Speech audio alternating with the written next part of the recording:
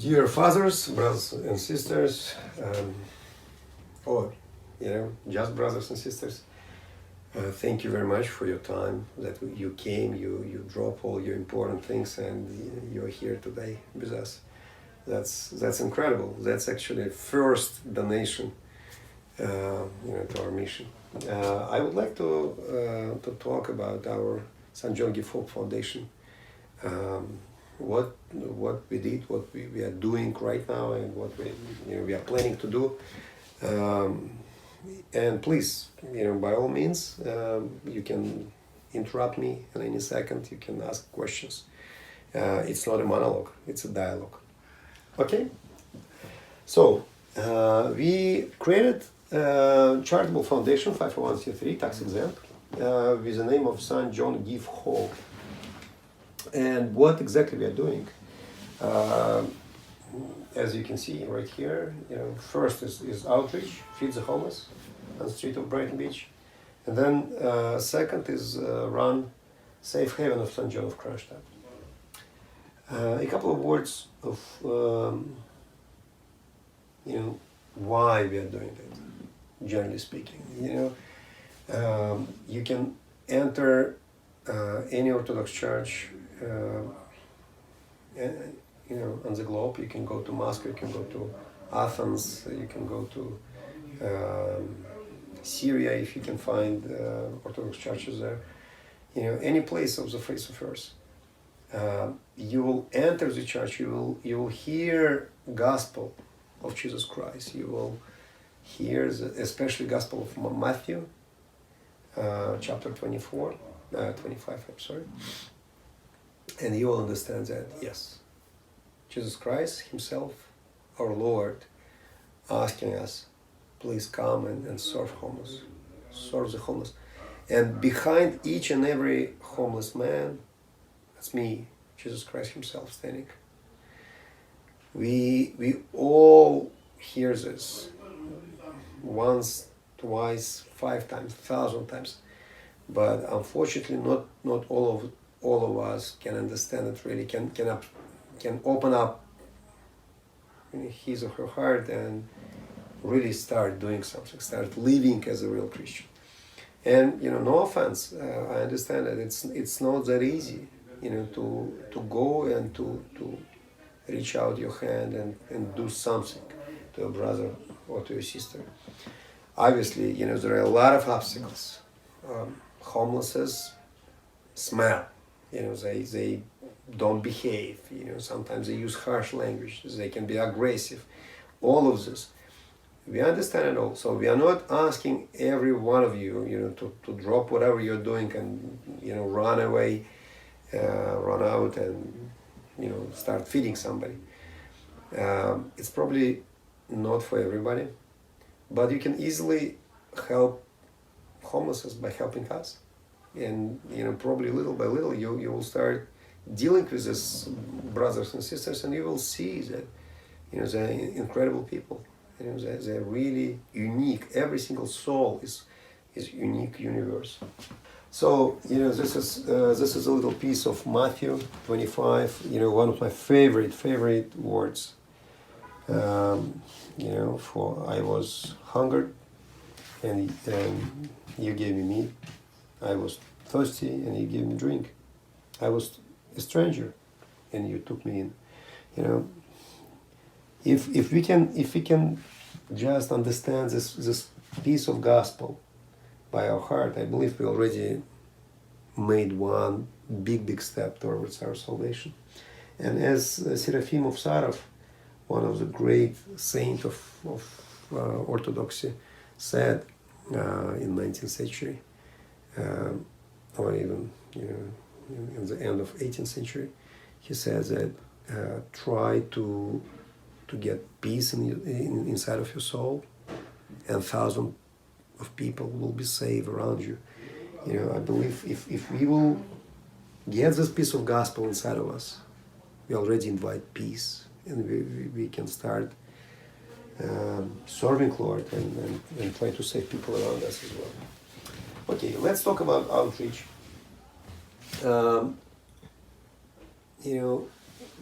first question, where we are feeding. Um, there's this wonderful piece of New York City. You probably know very well about it. It's Brighton Beach or Brooklyn. It's the heart of Russian immigration. The biggest concentration of Russian immigrants in the world outside of Russia. Um, we believe that we can count more than 200,000 people, from former Soviet Union in this neighborhood.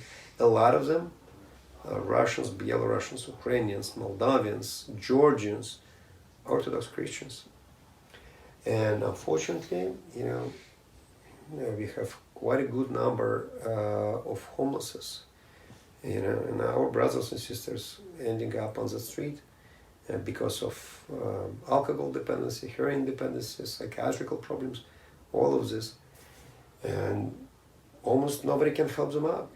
There is a big language barrier, so city cannot help them out. That's a big tragedy. What else? Can I tell you? I would like to tell you a couple of words how we started. How we started this outreach, how we start feeding this folks, how we found them, how they found us. My personal story is the following. I'm supposed to be dead a couple of times in my life, I would say. First time I was serving as a Soviet Army soldier in Chernobyl, and by the glory of God, I wasn't even baptized yet. I somehow survived, and I was thinking about it and keep thinking about it and start looking God. So Chernobyl tragedy happened in 1986. In 1992, I was baptized, by mercy of God, and I start my path into spiritual life, into church life, and in 1997 I became a reader. In 1998, subdeacon, and then in a few years I became a deacon of the church, and I get through this second experience of being practically behind the line of death. I was in the building of one of the twin towers under the jet at September 11, and I still remember this dust getting on all of us, this smell of burning flesh, burning human body, and screaming and running around, and somehow God took me by my hand and get me out. And then I was so shocked. I started thinking and asking God, why you choose me to be alive, and why you didn't permit the 3,500 people who were with me, in the same building, and they all passed away.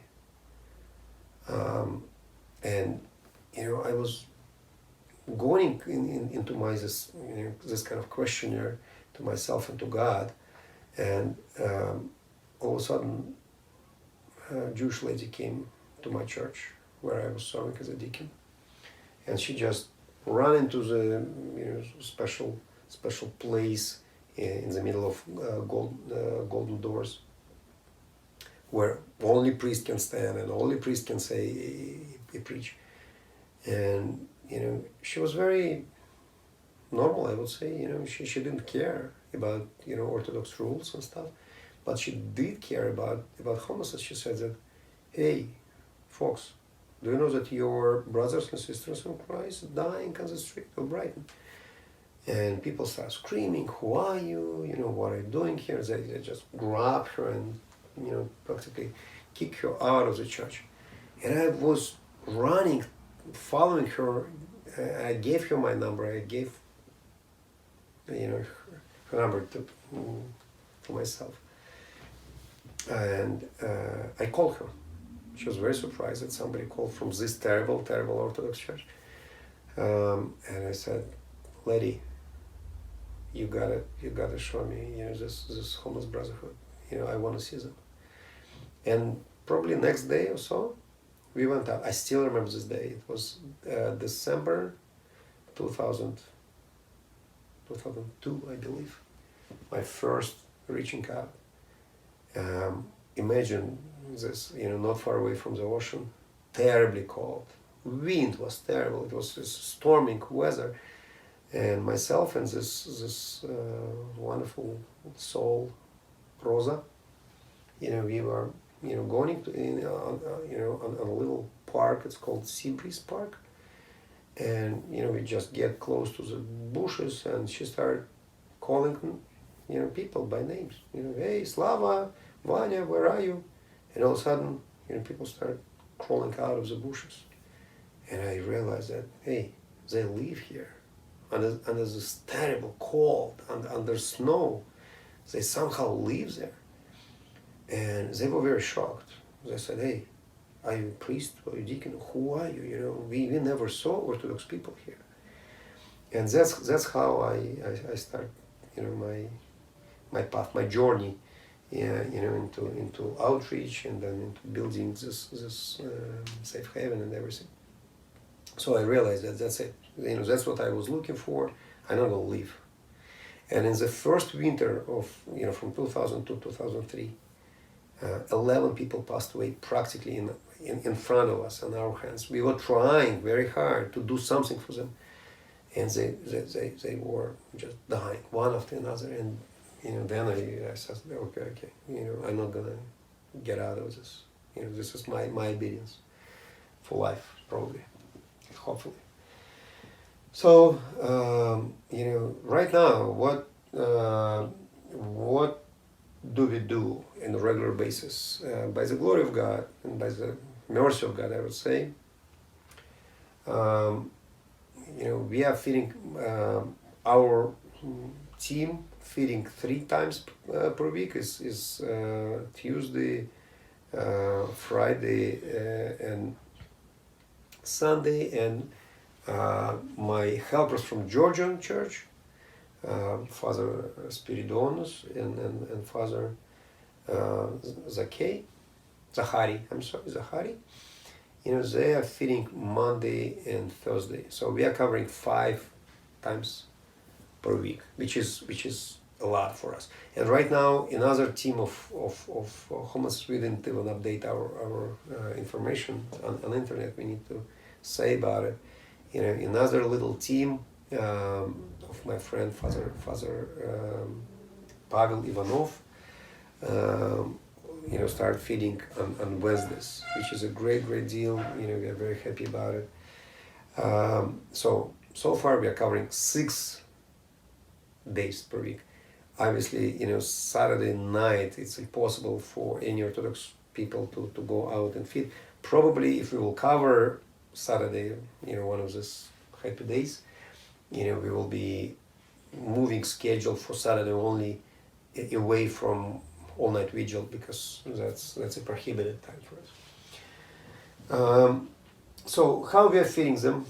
By now we know hopefully all location. That sometimes they're migrating, opening up new location for themselves, and we are trying to be to keep it under control. We constantly keep searching, talking to them, making sure that we know where they looking for us, they're waiting for us.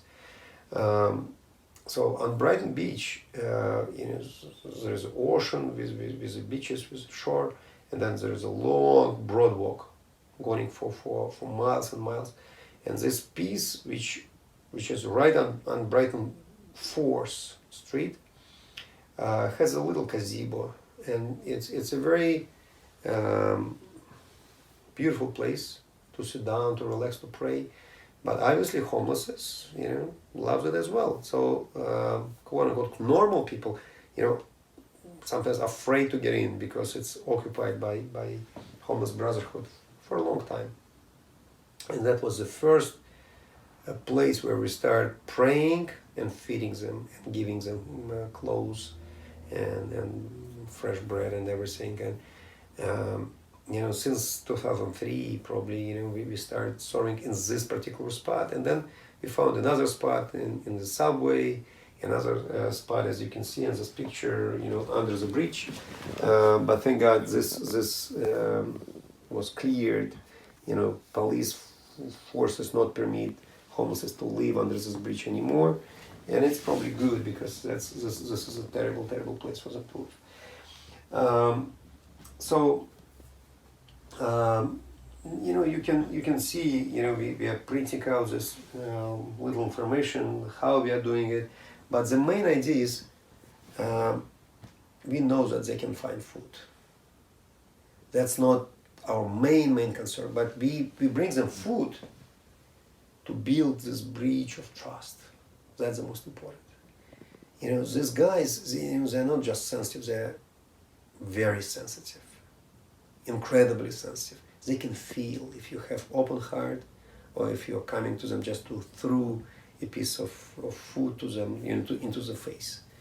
And it's a big difference for them. Our main target is we need to motivate every single person we are dealing with. Motivation is number one for them to get out of this terrible hell. They don't live in normal life. They live in hell. I'm a firm believer that this is a picture of hell on the face of earth.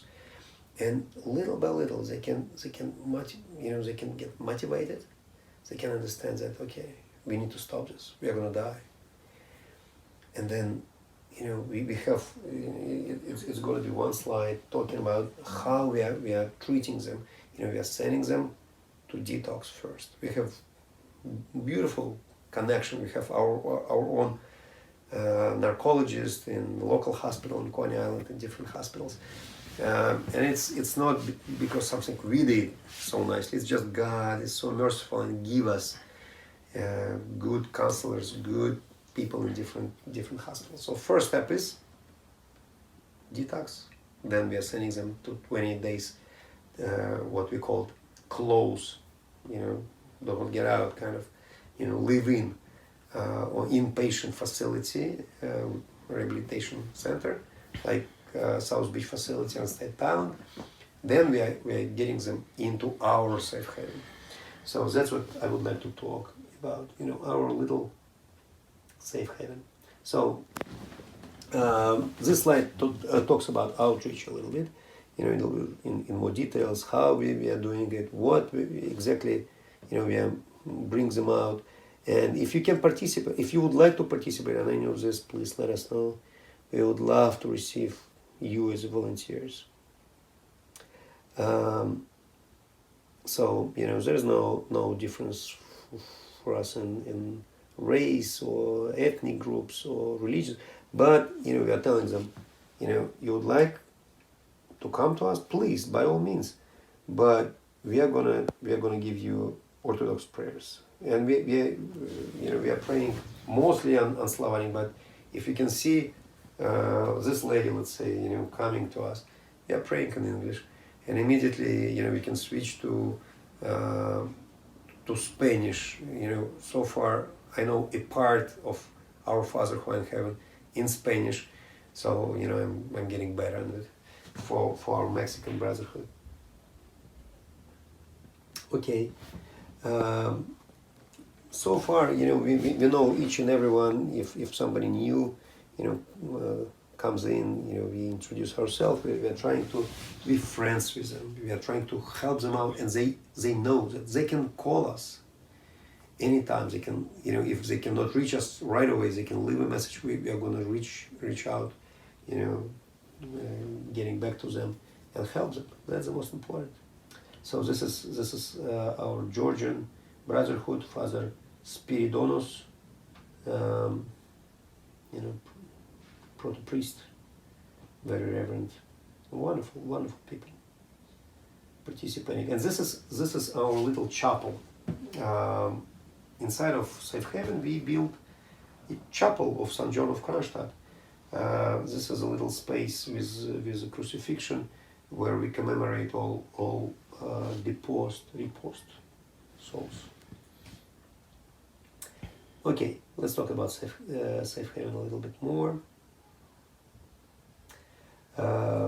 We have our wonderful heavenly protector, St. John of Kronstadt. By the way, this is a very special icon. We created this iconography together with beautiful iconographer, Father Antoni, and we asked him to put St. John Give Hope Foundation kind of, Dom Trudolюбия, House of Mercy. So he's holding this House of Mercy in his hand, and this iconography, means a lot for Brotherhood. They can see love streaming out from his eyes, and he's holding the Safe Haven, in his hand like a baby. This is amazing, and we can feel his presence. We are going out for the outreach. We are talking to our Brotherhood who are inside of the Safe Haven. We feel that St. John of Kronstadt standing right next to us, helping us out.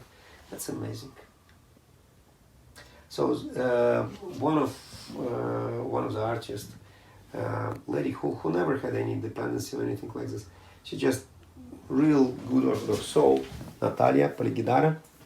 She came and she drew how she would like to see this iconostas with the golden doors, with the deacon doors, in a very, very packed room, very little room. So we packed our altar right inside. And Brotherhood, without any additional professional help, they made this beautiful iconostas themselves. So for us it means a lot. And this icon stand in the middle is a gift of St. Nicholas Cathedral from Manhattan. So this is a couple of words you can read about it. You can read it all.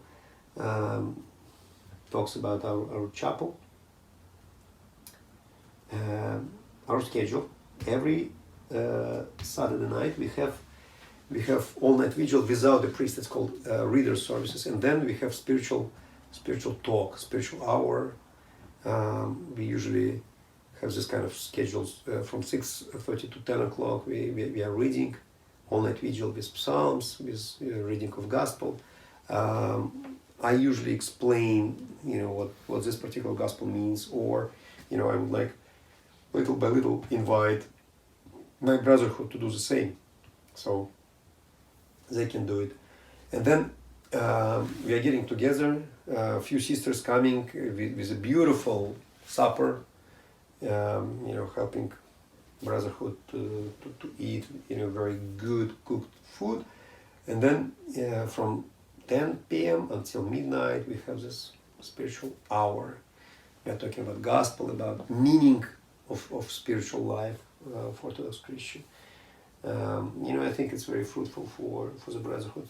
Now you can see, helpers. One group is helpers, another group is brothers, and right in the middle is one of the most active priest, Igumenon Nicodemus from St. Nicholas Cathedral. He's the secretary of the bishop and secretary of diocese, and thank God, we have him. He's active participant. If he cannot come and serve liturgy, he's always finding somebody else. We have another priest, his helper, young and very active, Father Mark, coming, from time to time. So, our schedule says that at least one liturgy per month has to be served, which is a lot for us. And hopefully we are going to be serving more and more. So, again, this is a picture from New York Times. I think made very nicely, and by professional Orthodox Christian, Brother Alexei. He was coming with us more and more again and again, and finally made 3 very good shots You can see that somebody's lying down and sleeping on the street. It's this gazebo on 4th Brighton Street and Broadwalk. That's where we saw. And this brother, brother Vyacheslav Kim, he was in prison. And we even announced on the internet that please help us out to move him away from these troubles, and that's what we did. So on this picture, myself and brother Vyacheslav Kim standing in front of this little portable iconostas, and we are praying, we are reading our specially made prayer services for the street.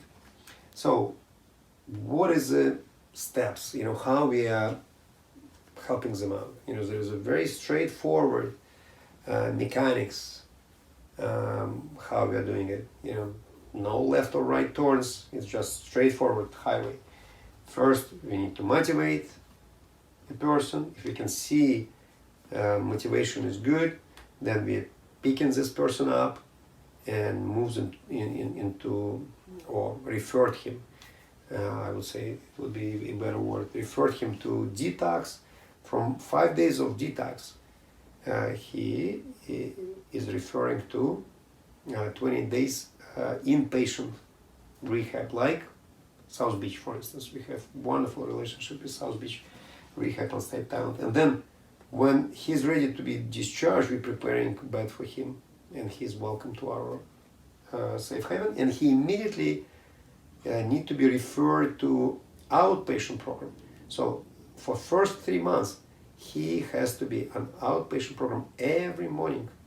He's like a prayer, Our Father who art in heaven, like Otche Nash. Get up in the morning, pray and go. And amazingly enough, outpatient program, the only outpatient program in the United States of America, which is Russian speaking, is right behind safe haven. So it's like next door neighbor for us.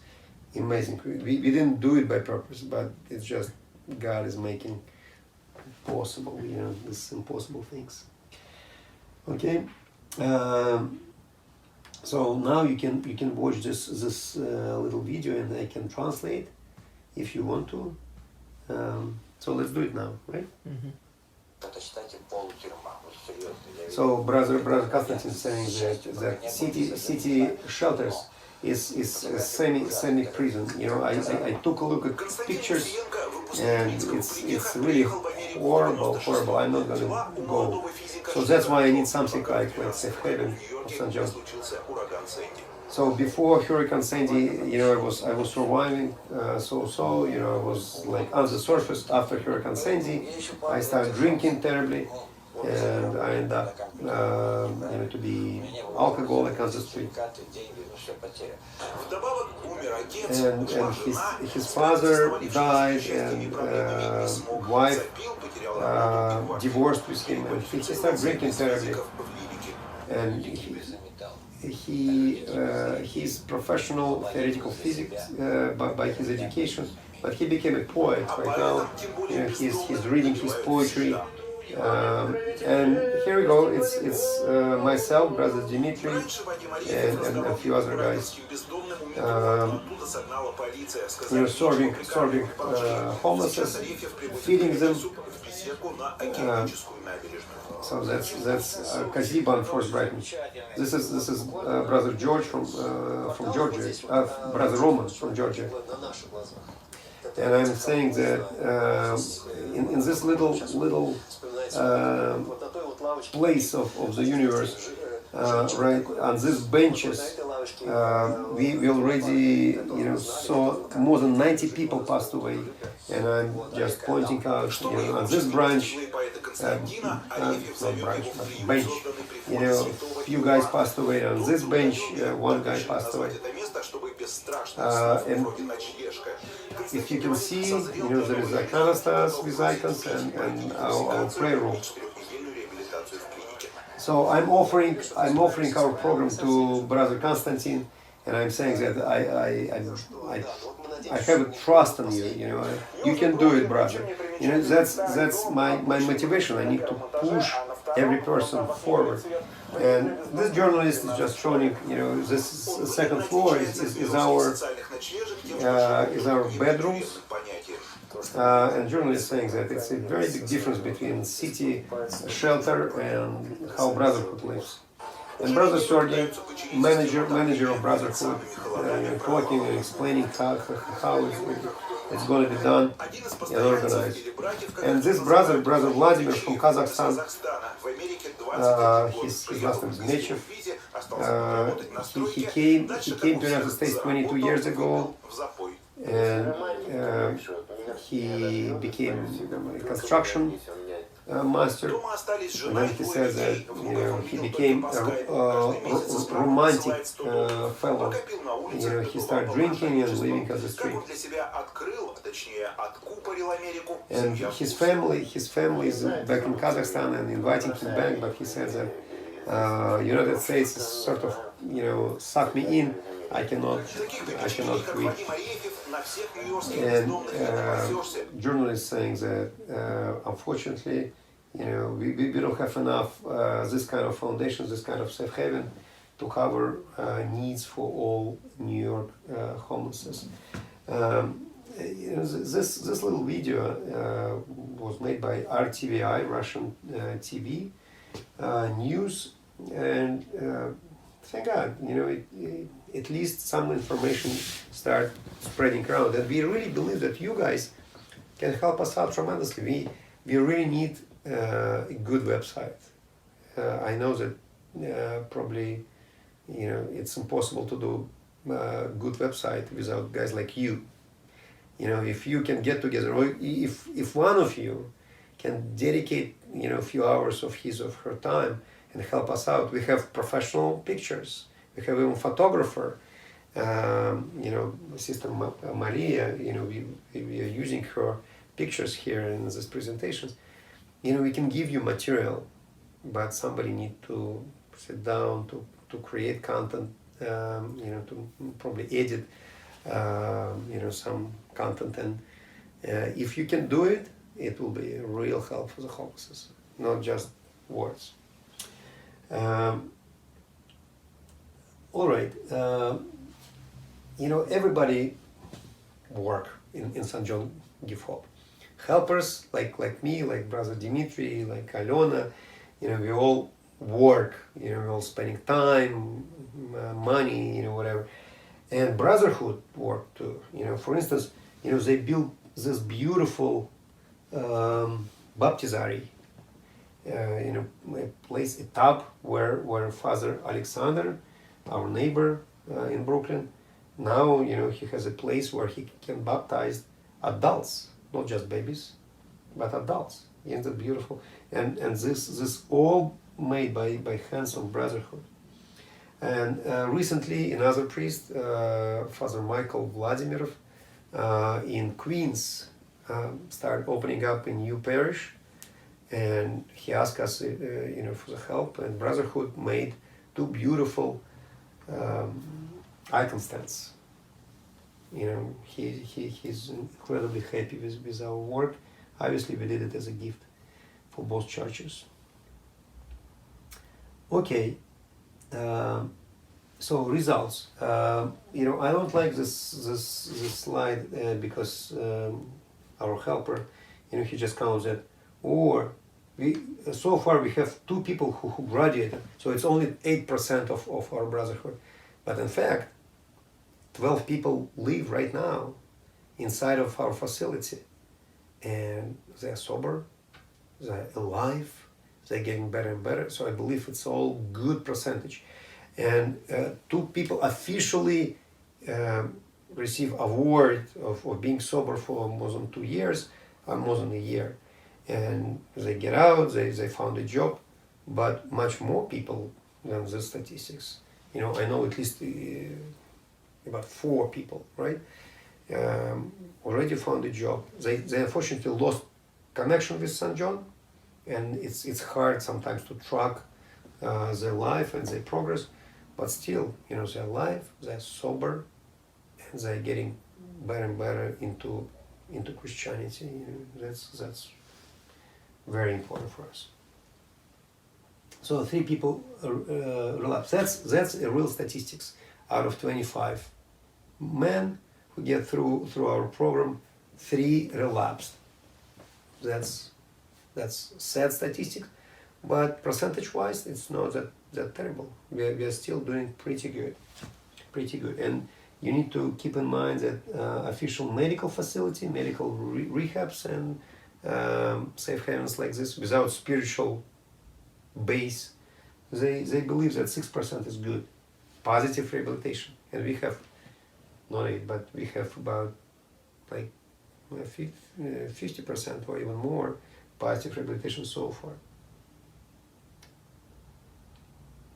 So now, this is our brother Edward, received award for 1 year being sober, and we are giving him icon of St. John of Kronstadt, and he already found a job and sober and everything. So that's amazing.